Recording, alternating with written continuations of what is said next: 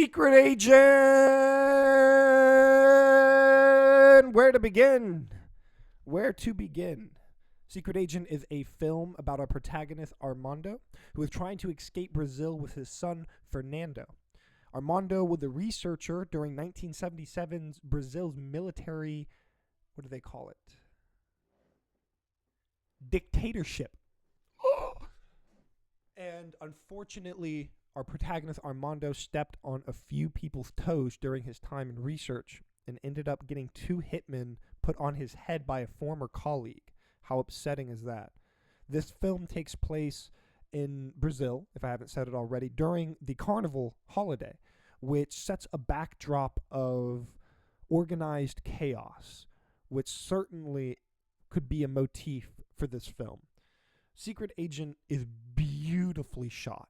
I can't describe to you the nature in the way that they shot this film, from the camera angles to the lighting to the vehicles to the clothing to the buildings. Oh, it looks so good, and it was a pleasure to watch. I can't talk enough about this film's filmography. It had a $5 million budget, which I think was used beautifully. A lot of the scenes that we get to follow Armando in are scenes with him going around some, what you could say, iconic parts of Rafael. Let me look at that name.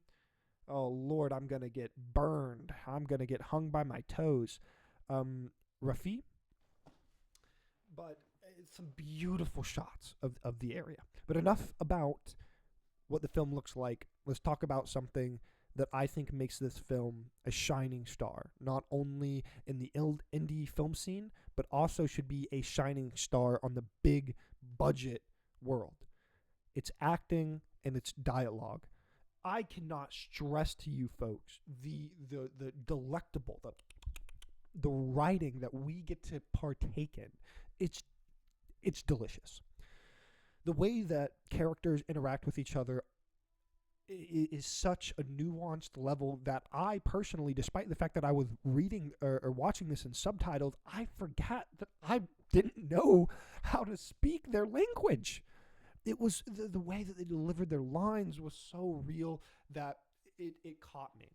I want to talk in just a moment after I talk about the first scene. I'll get into where that writing really felt palpable, or that natural fluidity of all of the actors really came into play, and I'll get into that in a second. Before we get there, I want to touch on Secret Agent's first scene, and it's a pretty great one at that.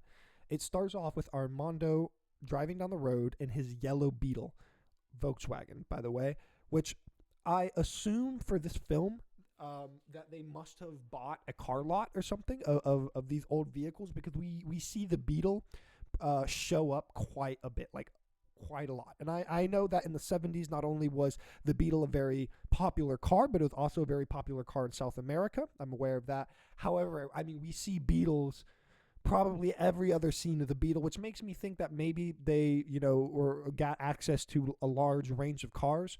But nevertheless, the Beetle is a beautiful vehicle, and it fits perfectly in this film. But I digress. Let's continue. He pulls into a gas station because he's running low on gas. As he gets there, he's met with a gruesome scene. It's the sight of a young man's body laying on the ground with some cardboard cascaded over him. The gas station attendant approaches Armando with a sense of deflated urgency. He obviously recognizes that Armando is put off by the dead body and needs to reassure him that it's okay. He's not here for you. And I don't think that's exactly what he says, but it's pretty close to it. Then he instructs Armando to back his vehicle up so that he can put in the gas, almost like if nothing was wrong. Obviously, this strikes the protagonist pretty well, because he's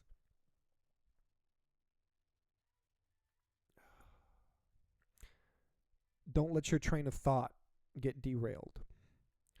This strikes Armando because this is finally what we get to see, at least in my opinion, the motif of the film. The duality of corruption. Corruption, in my eyes, at least from my ability to deal with it, and I think it's personified most definitely in this film, is corruption is a hungry dog. If you can't give a hungry dog anything, you better give him something, because Lord knows he's going to eat. And this first scene here is where we get to see that corruption personified. Armando asks the gas station attendant about the story of the dead body, and he tells him the night watchman a few nights prior caught this young man trying to steal paint cans. Paint cans. I don't know if maybe the paint was something valuable or not, or if maybe I misinterpreted what he was stealing, but from what I could read from the subtitles, it was paint cans. The night watchman abruptly might not be the word. What was the word I'm looking for? Promptly shot the young man down, and he died.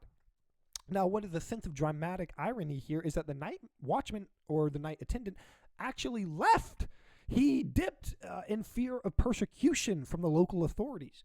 He knew that probably wouldn't get a fair trial, and certainly not a trial amongst his peers, so he bit the bullet and thought the best thing to do after killing this young man was to leave, to flee town. And that's what he did. This story was relayed to Armando with a sense of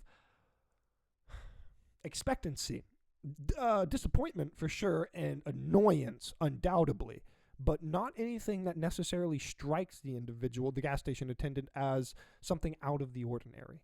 Moreover, the gas station attendant talks about how he's contacted the local police and the owners. The only one that he's gotten a response from was the local police, which they said that they would get to it when applicable, considering that their resources are tied down by the local carnival. Well, talk about that dramatic irony, because moments after this conversation concludes and Armando should be finishing up with his gas stop trip, we hear wee-oo, wee-oo, wee-oo. Coming down the dirt road, sure enough, is two police officers. As they pull into the pump that is to the front right of Armando, butchered his name. To be fair, I have to say it 18 million times. So, as the police pull in, there is some enthusiasm from the gas station attendant. He's happy to finally see some type of response for the dead body. So he goes to go over and begin to talk to the police. Only to his dismay, he finds out that the police are not there for the dead body. Matter of fact, they didn't even know about the dead body. They could care less about the dead body. They're here so that they can talk to the driver of the yellow Beetle. You're welcome. I didn't say his name for a 50th time there. I tried to come up with a different way to say it. Well, they wanted to go talk to the owner of the Beetle. Well, that's exactly what they did. The first officer stays behind with the gas station attendant and begins to shoot the breeze, while the second officer pulls out all of the stops, the bells, and the whistles in order to try to find and dig up some dirt on poor Armando. Flub! Let me look at his name. Armando.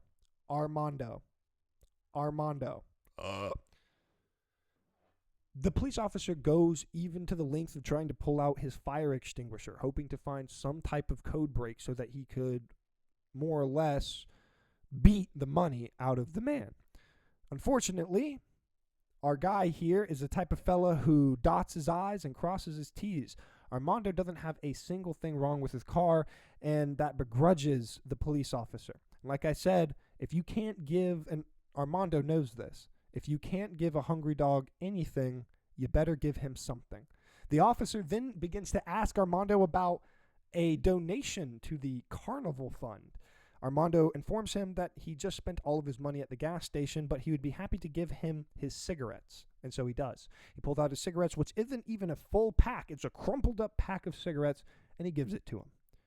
And just to add a little bit of insult to injury and salt in the wound, the officer, which really brings together the finalization of that personification of corruption.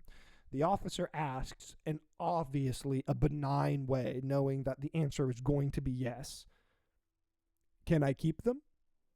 The officer has the gall to ask Armando if he can keep his cigarettes, after it was pretty obvious that Armando was just going to give him the cigarettes in the first place. I cannot describe to you how butchered of a depiction I just gave you for that scene. Because truthfully, that scene on the big silver screen gives such a sense of purpose.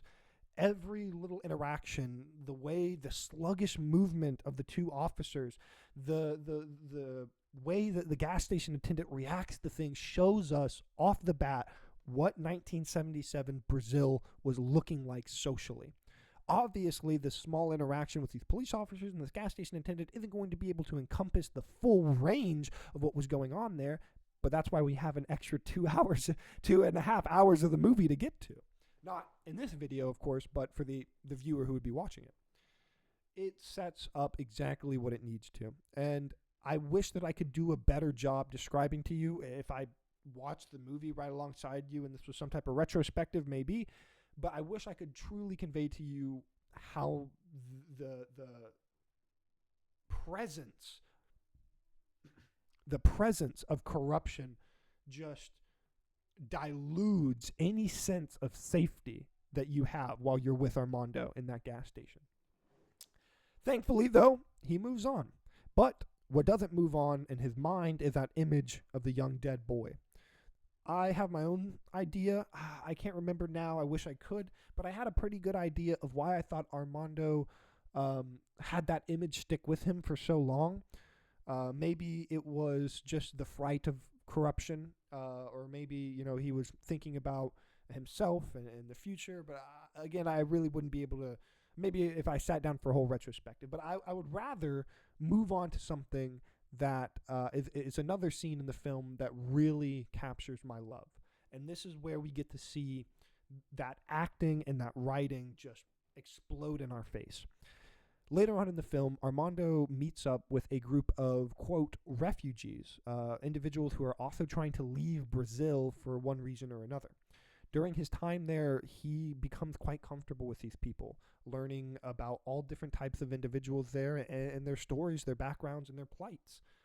One night, and I believe this might have been the last night Armando spent with the group of individuals, they were all huddled around together, drinking and enjoying one another's company.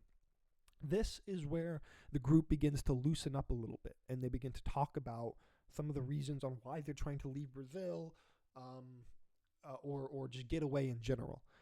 Some people relinquish the information that they're under death threat, which I assume that means that the government has explicitly put out a warrant for their death. I could be wrong about that, but either way, you can kind of collect the context of when somebody tells you they're under death threat of what that means. So some individuals relinquish the fact that they're under death threat. Other individuals, like Armando, relinquish their real name. So up to this point, Armando's been going by Marcelo, which has been his pseudonym. That is not the word. Either way, it has been his role that he's been playing while he's here. It's his fake name. And we get to hear Marcelo a lot. I think that is meant to also be a bit of some symbolism there that I won't necessarily touch on because I don't really know how to pull it. But I really do think that Marcelo constantly switching back between, I did it there, right there. And it's pretty, I think, on the nose symbolism for that, which it's just going to say that corruption erases, this is not only a world where you can die, but this is a world where you, even while living, can become erased by your own means, by your own, because you have to erase yourself, and that's scary. But let's move on to the scene that I want to talk about. So as they're loosening up and they're relinquishing some information, there's an Angolan couple who is trying to escape to Switzerland. Now that is not something that everybody knows. As the wife of the couple begins to start talking about themselves and some of the stuff, you notice that both of them, even the wife, even though she's the one that's talking more, are very tight-lipped. They're very scared. They're very worried about who could be the spy, who could be the... Not that that's part of the plot. I'm just saying, who could be a spy, who could turn them in, what could go wrong, and that weighs heavily on the both of them. And you can see that by their silent interaction with one another, how they interact with the owner of the house, the mother of the house. The husband, before this scene really starts to play out, kind of shuts his wife down a little bit because she's talking a lot about, she's enjoying herself. She's, getting to finally feel somewhat, even though I'm sure she really doesn't feel somewhat at home, the husband shuts her down and then directs a conversation towards the mother of the house. And he extends what seems to be a very real thank you, and telling her that he appreciates on behalf of him and his wife everything that they've done for her, that she's done for them. You can tell that this is genuine. You can tell that this individual cares quite a bit about what he's in right now. Obviously, he cares about himself and his wife and getting themselves out of there, but he's human. He wants to have fun. He doesn't want to feel like he's under death threat right now. And moreover, he wants to show the people who have helped him so ferociously that he appreciates it. These are human beings, not just people running away from horror or things trying to get out of danger. These are humans living and enjoying themselves, and sometimes forgetting that there's somebody out to kill them, as scary as that is. But there's more to that, and that's probably what is attempted, and I say attempted because it works, it does, is some of the film's parts of comedy. Now, the film is obviously not a comedy, but there are parts that it relinquishes a little bit of comedy, a little bit of, laughter there, because it's trying to break that horrible duality of corruption, of just death and erasure, Well, in this scene, after the husband has shut down his wife, and everybody has started to talk about and relinquish some of the information, the Angolan couple still remains quite silent. Now, the mother of the house begins to give a rousing speech, kind of building people back up. And I believe this might have been after what Armando said, which was a really great, depiction of how I'm sure the character felt, which Armando says, because they're starting to get a little downtrodden about the idea that they're all under death threat. And Armando brings it back by saying, yes, I am under death threat. People want to kill me, but I'm not dead. I'm alive. I'm here. And moreover, and this is a big, I think a big, part of the motif is, moreover, I want to live. I don't want to die. I don't want to give up. I want to live. I want to continue in this world. So that's a bit of a rousing speech, and that translates into the mother of the house kind of giving a more jovial, a little bit more of a happier speech, and this is where she starts going around to all of her people, and she's like, some of us who are named, and she points to Armando, who are named Marcelo but are really Armando, and then she points to somebody else and says, some of us who are under death threat but still are living as good as we possibly can. I'm horrible at recollection. I wish I could play this scene for you, but really I don't know how I would. But finally she turns to the Angolan couple, and this is definitely played for laughs, but it's a bit of a shock. She turns over. Oh, I missed a part. I'm sorry. I know I'm all over the place. Let me back up just a little bit. Before this, one of the younger men asks the wife, where are you going to be going? The husband quickly shuts this down. Not in necessarily a aggressive manner, but certainly one of sincerity. Certainly one of being like, the kid asks, where are you guys going to be going? And he says, enough. We don't need to be talking about that.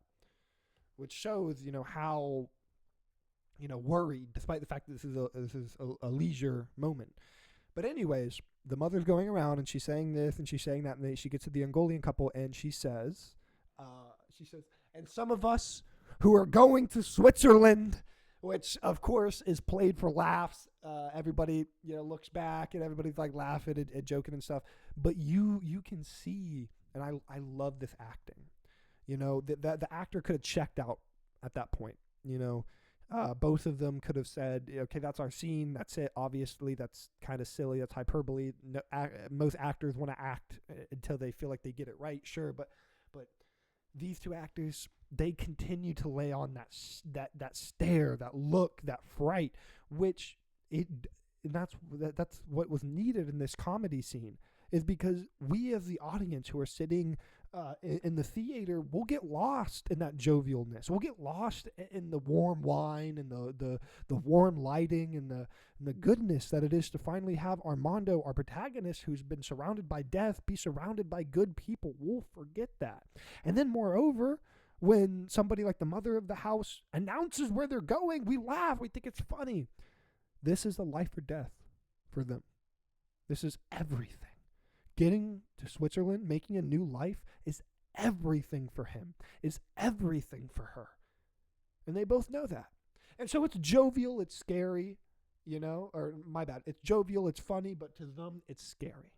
To them, it's frightening. That writing, I wish I could give you more. I wish I could show you with your own eyeballs. I can only implore you to go and check out, Secret Agent. I implore you to. It's beautifully shot. It's beautifully acted. It's so good.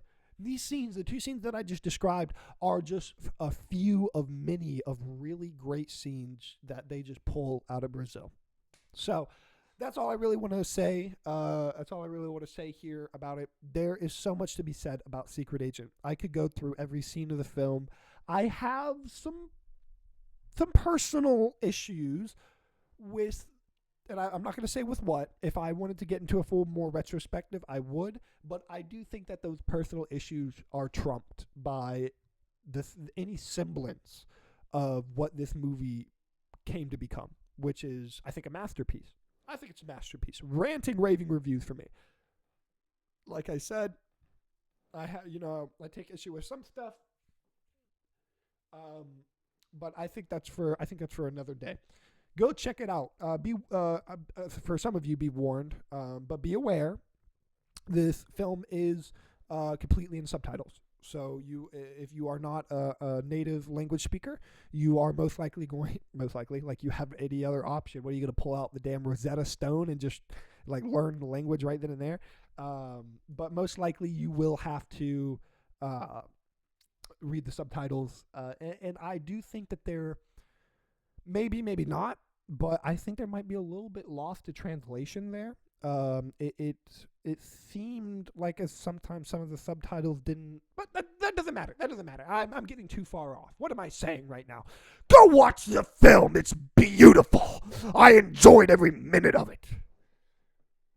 Me and you, we are Mr. Prodigy. And I would like to see you possibly enjoy more Mr. Prodigy in the future. So let's try to make that happen. This is my passion. This is what I want to do. This is something that just lights a fire under my bum. But it's also scary. One thing that I found out a lot in my life is that I use hope as a crutch. I use the ability of knowing that I could to negate the fact if I ever will. And that's tough for me because I'm stuck in a prison of my own design. This is a conflict between my wants and my needs. My needs are to take care of myself and to take care of the ones that I love. And I can fulfill those needs doing things in my life that I've done in the past, working all the way from carpentry to working as a peer within a drug rehab for 2 years, which was a wild experience going from contract work to that, but or carpentry work. But what I'm trying to get at is that I can fulfill those needs here and now, doing the things that I already do. And that's why it's a conflict of my wants.